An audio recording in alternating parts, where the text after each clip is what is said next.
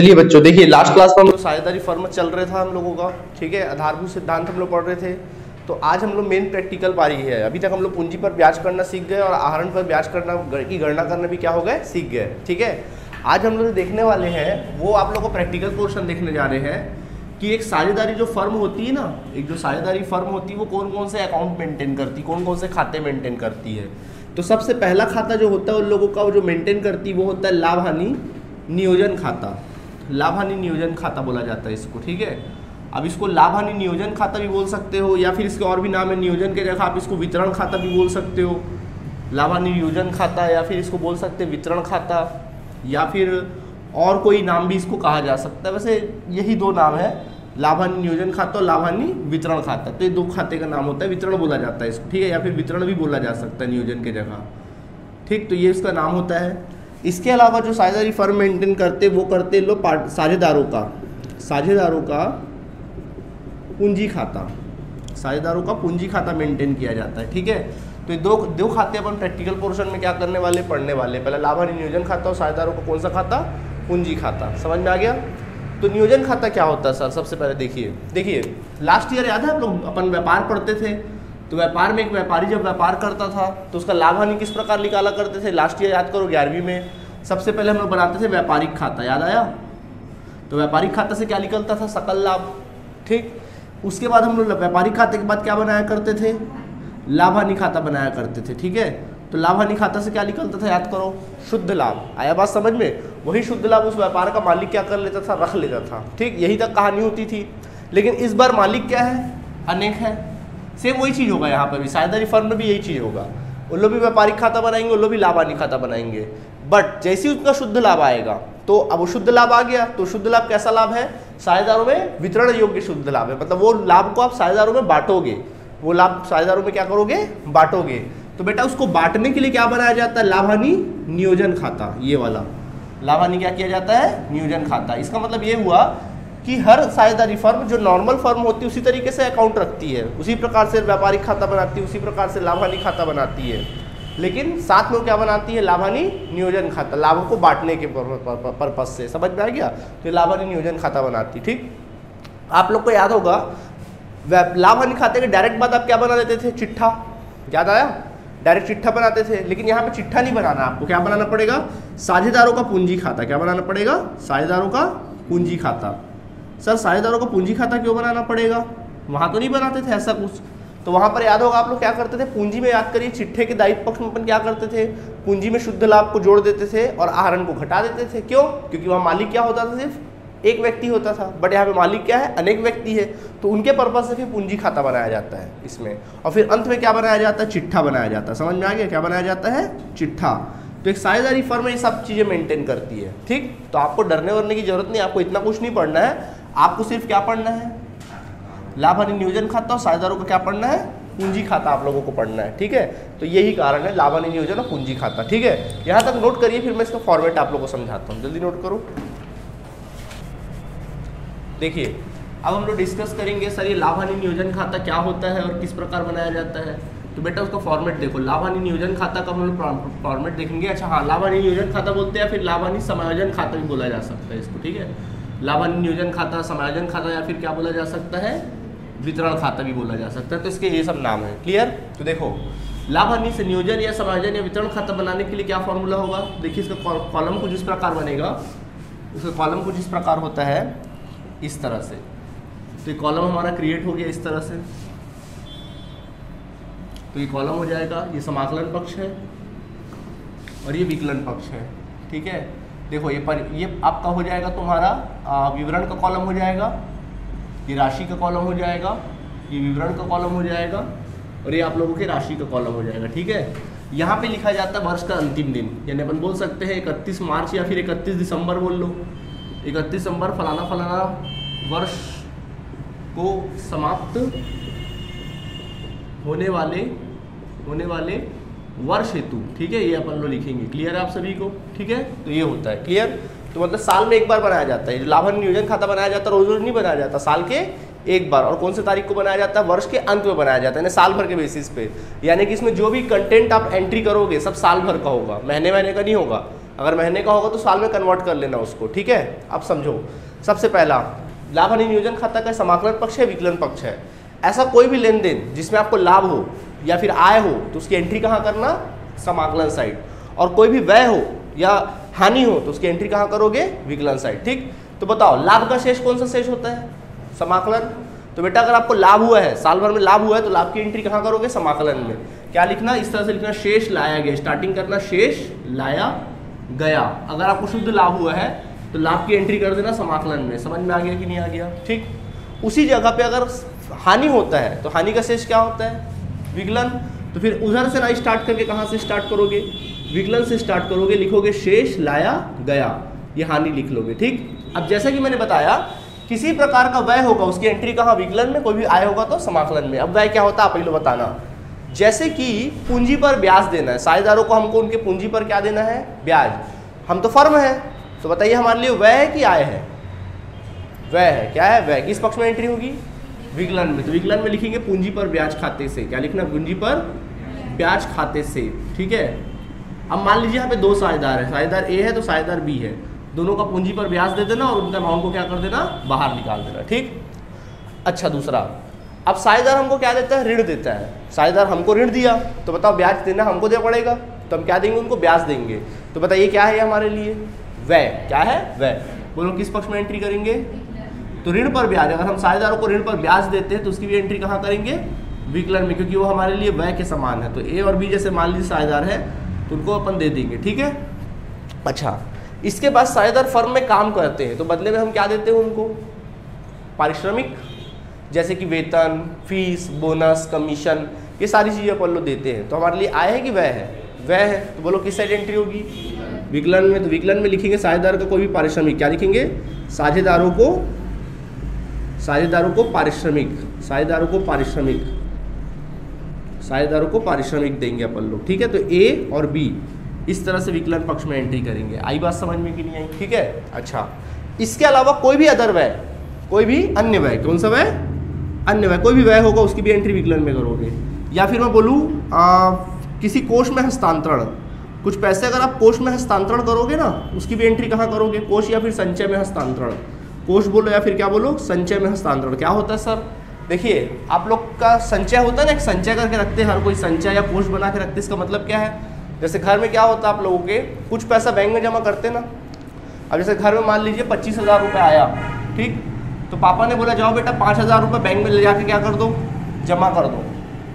25 से रहा, पापा बोले 5,000 जाके बैंक में जमा कर दो। बोला आपके पास बचा कितना, 20, यानी कि आप भले अपने बैंक में जमा कर रहे हो तो व्यय के रूप में ही तो जा रहा है, एक प्रकार से कैसे जा रहा है, व्यय के रूप में।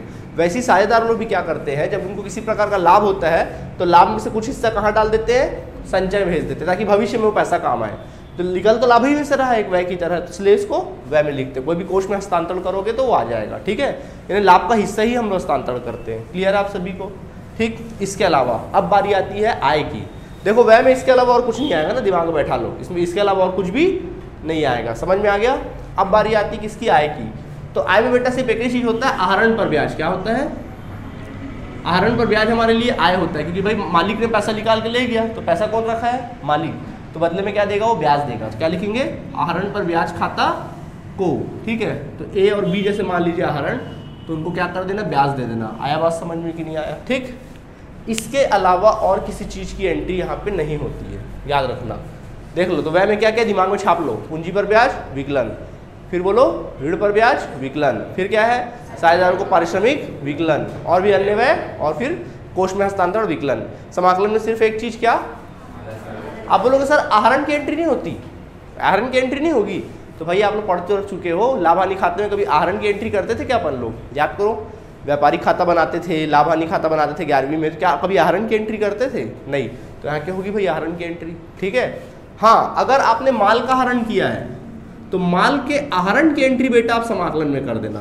किसकी एंट्री, माल के अगर आहरण आपने किया होगा तो उसकी एंट्री आप कहाँ करोगे, समाकलन में। खाली आहरण बोलेगा उसकी एंट्री मत करना, लेकिन अगर माल का आहरण बोलेगा तो उसकी एंट्री कहाँ करोगे, समाकलन में। तो बोलोगे सर ऐसा क्यों, माल का आहरण की एंट्री समाकलन है, ऐसा भेदभाव क्यों सर। नॉर्मल आहरण होगा तो आप बोलते हो मत करो, लेकिन माल का आहरण बोलेगा तो करो। इसका कारण क्या है, देखिए याद करो, मैं जब आपको 11वीं पढ़ाता था तो जैसे आपको याद होगा, जैसे कोई माल का आहरण करता था, जैसे कोई भी साझेदार या कोई भी मालिक अगर माल का आहरण करता था, याद होगा, तो सबसे पहले याद करो अपन क्या करते थे, क्रय खाता किससे डिनोट होता है? माल के खातों को अपन किससे डिनोट करते हैं? क्रय के खाते से। सही बात है कि नहीं है? माल के खाते को अपन क्रय के खाते से डिनोट करते हैं, माल वाले आइटम को। ठीक, अब मान लो कोई मालिक आहरण किया तो क्या करते थे, याद करो, माल बढ़ेगा कम हुआ? भाई मालिक अगर माल का आहरण करेगा तो माल बढ़ेगा कि कम होगा?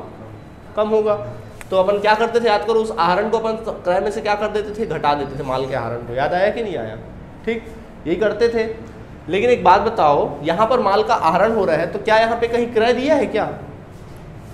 तो कैसे, किस में घटाए भैया फिर? अब कैसे घटाएं? क्रय में रहता तो क्रय में घटा देते, बट यहाँ पे तो क्रय नहीं दिखाई दे रहा, तो किस में घटाएं? तो बेटा क्रय को कहाँ लिखते थे, याद करो, लाभ हानि खाते के विकलन में। विकलन में आप क्या कर देते थे, घटा देते थे, परंतु यह क्रय तो है नहीं। तो अब ये आहरण को विकलन में ना लिख, विकलन में घटाने को ना घटाकर अगर मैं इसको समाकलन में लिख दूँ तो भी तो घट जाएगा। मैं लाभ हानि खाता बनाया, नियोजन खाता, अब क्रय में से आहरण घटाऊं या फिर इस आहरण को समाकलन में लिखूं, बात क्या हो जाएगा? एक ही नहीं हो जाएगा, दोनों आपस में घटेगा कि नहीं घटेगा?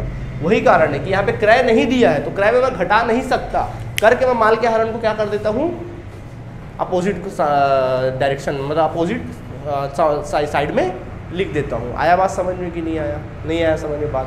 ठीक है, यही कारण है। ठीक, तो क्रय में इसी के लिए क्रय में घटाया जाता है, बट यहाँ क्रय नहीं करके अपन समाकलन में लिख देते। ठीक है, बहुत रेयर सिचुएशन है, कभी आ गया तो आ गया। क्लियर? अब क्या करते हैं अपन लोग, खत्म यहाँ तक। ठीक है, अब देखो, समाकलन जोड़ते हैं, समाकलन जोड़ेंगे और विकलन क्या करेंगे, घटाएंगे। ये आय है और ये क्या है, व्यय है। तो मान लो आय ज़्यादा है, जैसे मान लो इधर का टोटल 10 रुपया है और इधर का टोटल मान लो 6 रुपया है, तो बताओ 4 रुपये का डिफरेंस कहाँ आया? इधर का 10 रुपया है, इधर का 6 रुपया है, 4 रुपये का डिफरेंस किधर आया? विकलन में आया, लाभ आ गया। क्या आ गया? लाभ। अगर बच्चों शेष आपका इस पक्ष में आता है तो समझ जाओ आपको क्या हो गया है, लाभ हो गया है। तो ये लाभ साझेदारों में बढ़ जाएगा, तो लिखेंगे साझेदारों के पूंजी या फिर चालू खाते से। क्या लिखना? साझेदारों के पूंजी या फिर चालू खाते से। ठीक है, मान लो एक साझेदार ए और बी है, तो जो अधिक लाभ आएगा ना उनको साझेदारों में क्या कर देना, बांट देना। उस अधिक लाभ को अपन साझेदारों में बांट देते हैं, जब बांटेंगे समझ में आ जाएगा, वो लाभ को अपन क्या कर देते हैं, बांट देते हैं। समझ में आ गया? ठीक इसी प्रकार अगर मान लो विकलन ज़्यादा है, समाकलन कम है, मान लो इधर का टोटल आया 10 रुपये, इधर का टोटल आया 6 रुपया, बताओ 4 रुपये का डिफरेंस किधर आया? तो क्या हो गया, आपको लॉस हो गया, यानी हानि हो गई। तो बेटा क्या एंट्री करोगे, साझेदारों का पूंजी या फिर चालू खाता लिखोगे, चालू खाता को, अगर शेष इस पक्ष में आता है, शेष इस पक्ष में आता है। ठीक है, एक तरह से बोला जाए तो ये क्या है, आधिक्य हानि है। तो जो आधिक्य हानि आएगा उसको साझेदारों में क्या कर देंगे, साझेदारों के मध्य बांट देंगे। जैसे ए और बी है तो उनमें बांट देंगे। आया बात समझ में कि नहीं आया? बस इतनी सी बात है लाभ हानि नियोजन खाते में, और कोई दूर दूर तक कोई बात नहीं है बॉस। समझ में आया कि नहीं आया? यहाँ तक क्लियर है? ओके, कुछ पूछना है तो पूछ लो, पक्का रिवाइज कर लो एक बार माइंड में। विकलन में 3 चीज़ें हैं, पूंजी पर ब्याज, ऋण पर ब्याज, साझेदारों का ऑपरेशन के अन्य व्यय वगैरह। ठीक है, समाकलन में खेल आहरण पर ब्याज, और अगर माल का आहरण है तो। क्लियर? इसके अलावा एक चीज़ याद रखना, अच्छा एक चीज़ और याद रखना, कुछ कंटेंट आते हैं जैसे कि पूंजी, जैसे पूंजी हो गया, आहरण हो गया, और क्या हो गया, पूंजी हो गया, आहरण हो गया और ऋण हो गया। अब एक बात बताओ, ये जो 3 कंटेंट मैंने लिखाया ये क्या होते हैं? आय होते हैं, व्यय होते हैं, क्या होते हैं? पूंजी, आहरण और ऋण। आय होते हैं, व्यय होते हैं, क्या होते हैं? आय होते हैं या व्यय होते हैं?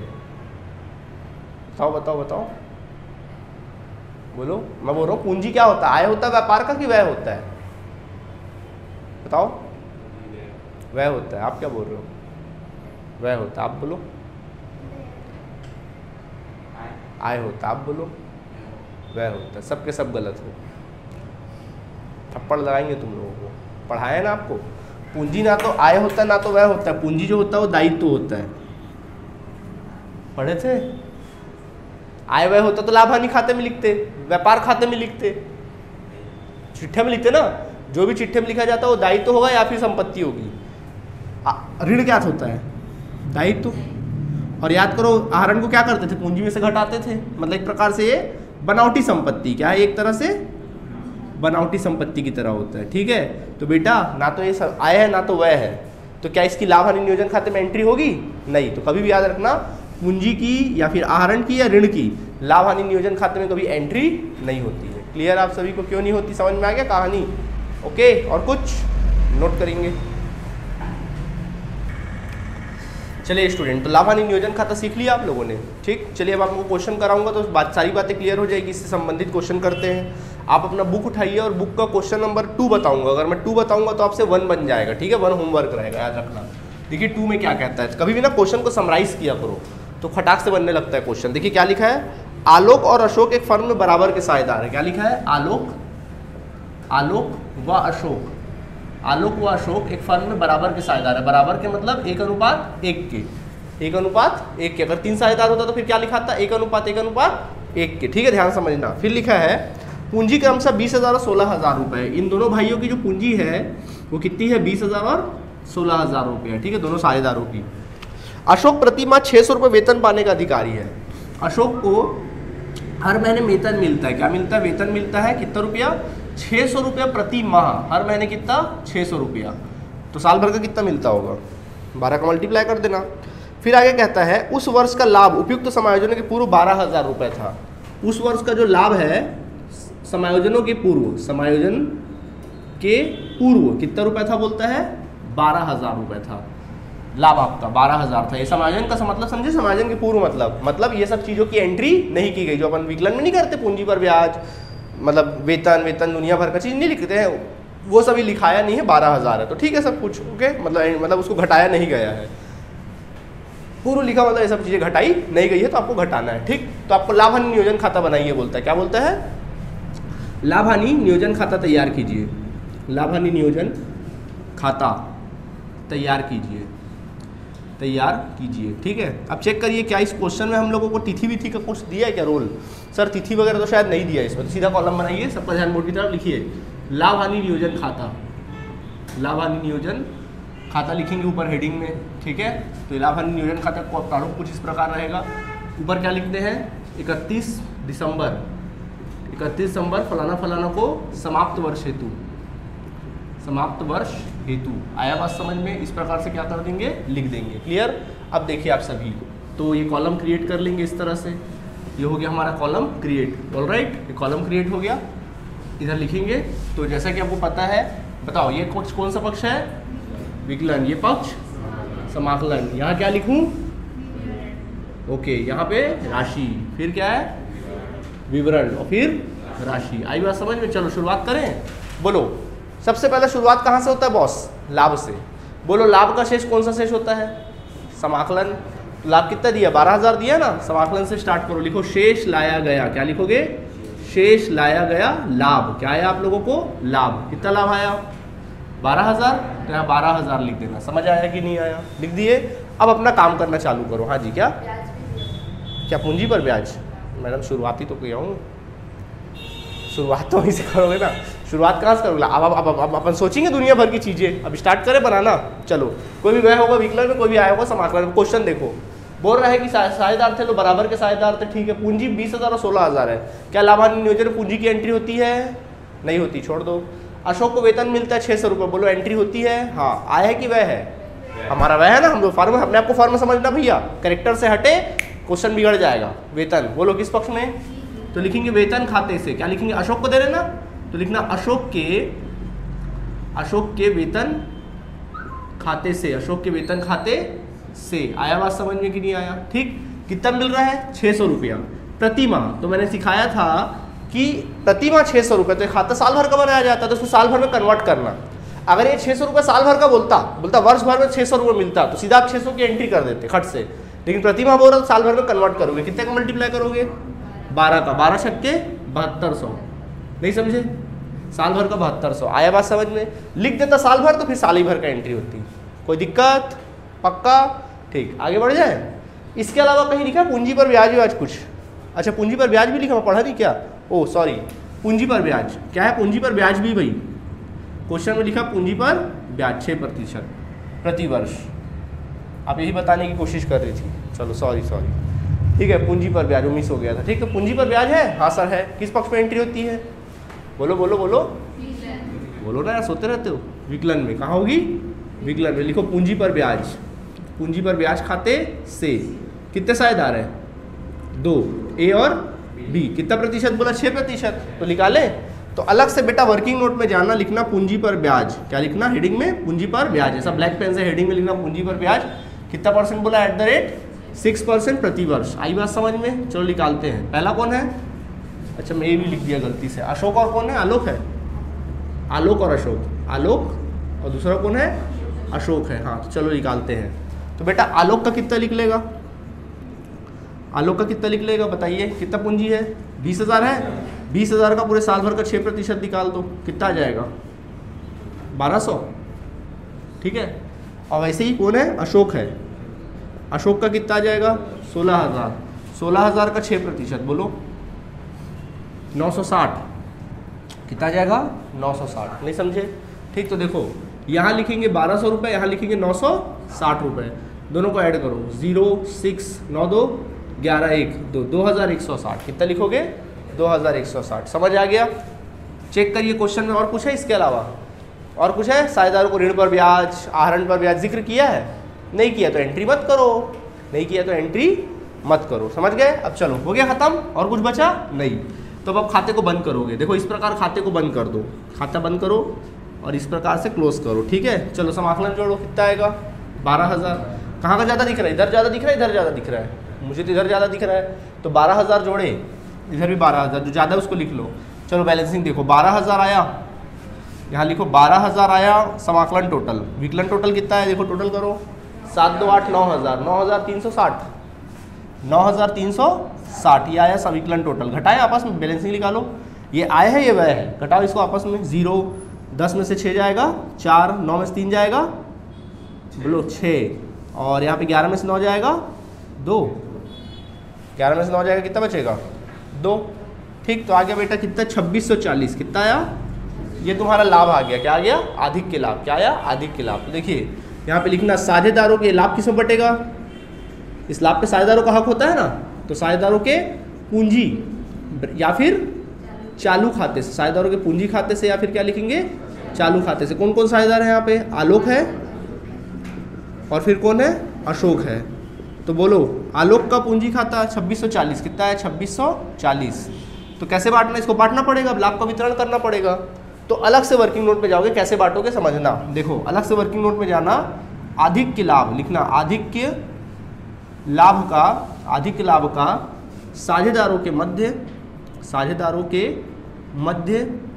मध्य उनके लाभालाभ अनुपात में विभाजन या वितरण लिख लो। में वितरण। आया बात समझ में? चलो वितरण करते। पहला कौन है? आलोक है। तो बेटा आलोक, तो बताओ कुल मिला कितना है? 2640 आया इंटू, बताओ कैसा साझेदार बराबर के हैं? तो आलोक का हिस्सा कितना है? 1। तो लिखना 1 बटे, ये दोनों को जोड़ो, 1 और 1 2, जितना अनुपात है उसको जोड़ लो, 2 आ गया। सॉल्व कर देना। ठीक। वैसे ही कौन है? अशोक है। अशोक है वैसे ही। तो अशोक का कितना है? 2640। जितना लाभ आया वो ले लेना। बताओ अशोक का हिस्सा कितना है? 1। तो 1 बटे 2। चलो इसको सब कैंसिल करोगे, काटोगे तो कितना आ जाएगा? 1320। और इसका भी आ जाएगा 1320 रुपया। नहीं आया समझ में? 1320 और 1320। All right. ठीक। तो अपन लिखेंगे 1320 रुपये आलोक का हो गया और अशोक का कितना हो गया? 1320 रुपया। इस प्रकार से 2640 हो गया। कोई परेशानी है तो बोलो। नहीं है? ठीक हो गया। इतना बना दिए, मिल गया कितना नंबर? 5 नंबर। इजी है। क्वेश्चन को समराइज कर लो, उसके बाद आसानी से बन जाएगा। कुछ पूछना है? नोट करें। चलिए देखिए क्वेश्चन नंबर 2 देखें। अब आ रही है क्वेश्चन नंबर किसकी? 3 की। देखिए क्या लिखा है 3 में, IMP लगा लेना। लिखा है राखी और शिखा क्रमशः 2 लाख और 3 लाख रुपए का पूंजी लगाकर साझेदार बनते हैं। लिखा है कि राखी और शिखा दोनों साझेदार बनते हैं। वो भी कितने के साझेदार बनते हैं? लिखा हुआ है कि 2 लाख और 3 लाख रुपए पूंजी लगाकर, मतलब राखी ने पूंजी लगाया 2 लाख रुपए, जबकि शिखा ने पूंजी लगाया कितना? 3 लाख रुपए। ठीक है, ये दिया है। फिर कहता है वर्ष की समाप्ति पर लाभ 23,200 रुपये होता है। वर्ष का जो लाभ दिया हुआ है, वर्ष का लाभ 23,200 रुपये दिया है। All right. ठीक है, ये दिया हुआ है। आगे कहता है उनके साझेदारी समझौते के अनुसार उनके लाभ का बंटवारा पूंजी के अनुपात में होता है। जो लाभ हानि अनुपात है ना, जो लाभ हानि अनुपात है वो कौन सा अनुपात है? पूंजी अनुपात है। वो पूंजी अनुपात है। कैसे सर पूंजी अनुपात है, बताओ कैसे है। देखो चलो यही निकाल देता हूँ, निकाल दो यहीं पे। देखिए राखी है और कौन है, शिखा है, तो दोनों का पूंजी अनुपात लाभानी अनुपात है, यानी लाभालाभ जो अनुपात है, लाभालाभ अनुपात जो है वो पूंजी अनुपात है। तो पूंजी कितना है, राखी का 2 लाख रुपए, इसका कितना है 3 लाख रुपए, ठीक है, यही अनुपात है। अब देखो इसमें 5 जीरो है, इसमें भी क्या है 5 जीरो, तो 5 जीरो कॉमन जीरो क्या हो जाएगा, कैंसिल, तो नया रेशियो क्या आ गया 2:3, यानी कि जो उनका अनुपात है 2:3 है। इसका मतलब क्या हुआ कि अगर फर्म में उनको 5 रुपए का लाभ होता है, 5 रुपए का अगर लाभ होता है तो उसमें 2 रुपए किसका रहता है, राखी का, और शिखा का 3 रुपए रहता है। आया बात समझ में, ये कहने का मतलब है। ऑलराइट, ठीक। इसके बाद फिर क्या लिखा देखें, कहता है अनुपात करें परंतु अच्छा आगे देखो क्या लिखा है, परंतु पहले शिखा को 5,000 रुपये वेतन देना है। क्या बोल रहे हैं, इसके अलावा शिखा को वेतन दिया जाता है, शिखा मैडम को वेतन दिया जाता है, वो भी कितना 5,000 रुपये प्रति माह वेतन दिया जाता है। आया बात समझ में, ठीक है, दे देंगे। और क्या लिखता है देखो, और साझेदारों को पूंजी पर ब्याज दे 10%। ओके, साझेदारों को पूंजी पर ब्याज देना है 10%, तो पूंजी पर ब्याज की दर कितनी दी हुई है बच्चों, 10% दी हुई है, ठीक है, दे देंगे। इसके अलावा फिर क्या लिखा देखो, फिर कहता है वर्ष के दौरान राखी ने 7,000 और शिखा ने 10,000 रुपये आहरित किए, यानी क्या है एक तरह इन लोग का आहरण है, क्या है आहरण दिया है राखी और किसका, शिखा का, राखी और शिखा का कितना 10,000 और 7,000 रुपये आहरण दिया है। आपको कहता है आपसे अपेक्षा की जाती है कि लाभ हानि विनियोग खाता बनाइए, मतलब वही नियोजन खाता, डरना नहीं, विनियोग देख के, समझ गए, लाभ हानि नियोजन खाता। कुछ छूट गया क्या, अच्छा 7 और 10 है, ठीक है, राखी का 7,000 और शिखा का कितना है 10,000, वेरी, चलिए ठीक है, समझ में आ गया क्वेश्चन। चलो बनाए, सेम वही प्रोसेस है बॉस, हेलो वही प्रोसेस है। बोलो पहला प्रोसेस क्या होता है, याद करो प्रोसेस, जल्दी बोलो, शुरुआत कहाँ से होती है, समाकलन से, लाभ से।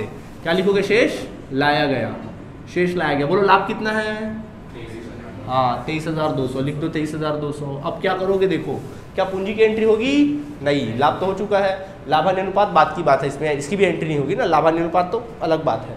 हाँ, वेतन देते हैं शिखा को, बोलो विकलन में क्या लिखेंगे, शिखा के वेतन खाते से, क्या लिखना, शिखा के वेतन खाते से, वेतन खाते से।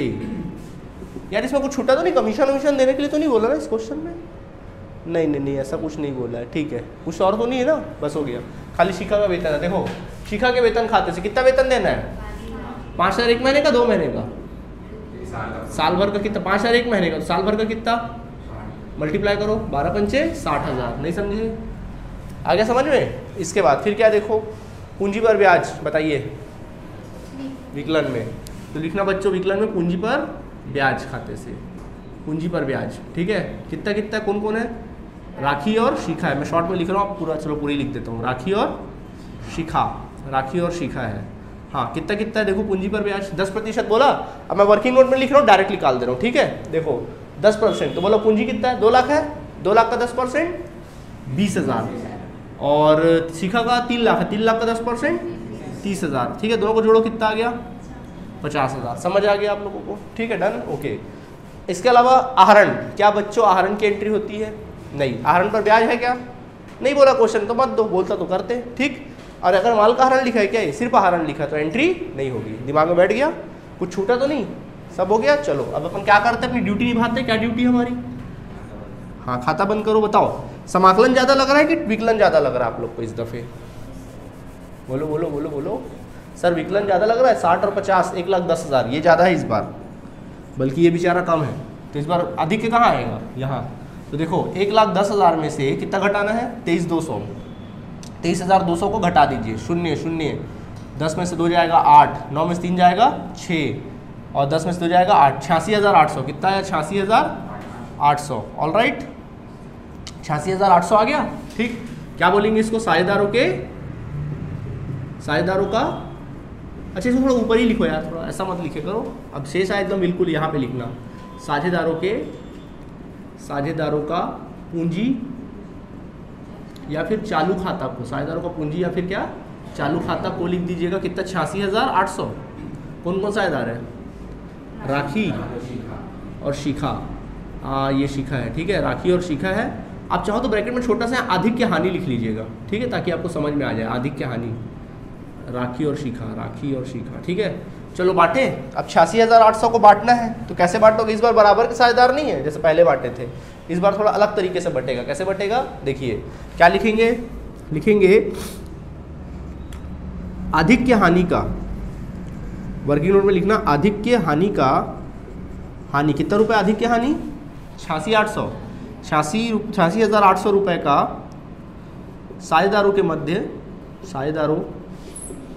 मध्य उनके लाभ हानि अनुपात, लाभ हानि अनुपात 2:3, क्या 2:3 में विभाजन। कैसे बनाया? क्योंकि क्वेश्चन में 2 अनुपात नहीं दिया है, क्या बोला था? पूंजी अनुपात, तो हमने खुद निकाला था, याद है ना? ये वाला पोर्शन हमने क्या किया था? खुद निकाला था। ये वाला पोर्शन पूंजी अनुपात बोला था ना यहाँ पे, तो ये पोर्शन हमने खुद निकाला था, स्वयं निकाला था। तो पूंजी अनुपात बांटिए, तो पूंजी अनुपात क्या है? 2:3 बांटे। चलिए ध्यान दीजिएगा, पहला कौन है? राखी है, तो बेटा राखी का निकालोगे कैसे? कुल लाभ है 86,800, उसमें राखी का हिस्सा कितना है? 2 रुपया, तो 2 डिवाइडेड बाय, दोनों को जोड़ दो 5, समझ गए? फिर कौन है? शिखा है, तो शिखा का निकालोगे कितना? 86,800 इंटू कितना करोगे? 3/5। अब हम आपसे उम्मीद करेंगे कि थोड़ा सा कैलकुलेट करके निकालोगे। चलो निकालो जल्दी से, कैलकुलेट करो। हाँ कितना आया? 34,720, और दूसरा आया तो बांट दो। चलो क्या लिखेंगे? 34,720 और 52,080। समझ आया कि नहीं आया? ठीक थी, बन गया। तो अब बन जाएगा कि नहीं बनेगा? ठीक है, तो एक ही नंबर क्वेश्चन होमवर्क दे रहा हूँ, बाकी नहीं दे रहा हूँ। आपने बुक का एग्जाम्पल नंबर 1, 2, 3, ये 3 एग्जाम्पल बना के लाएंगे। 1, 2, 3 बनाएंगे बुक का एग्जाम्पल, होमवर्क रहेगा। ओके चलिए जाए अब हम, बाय।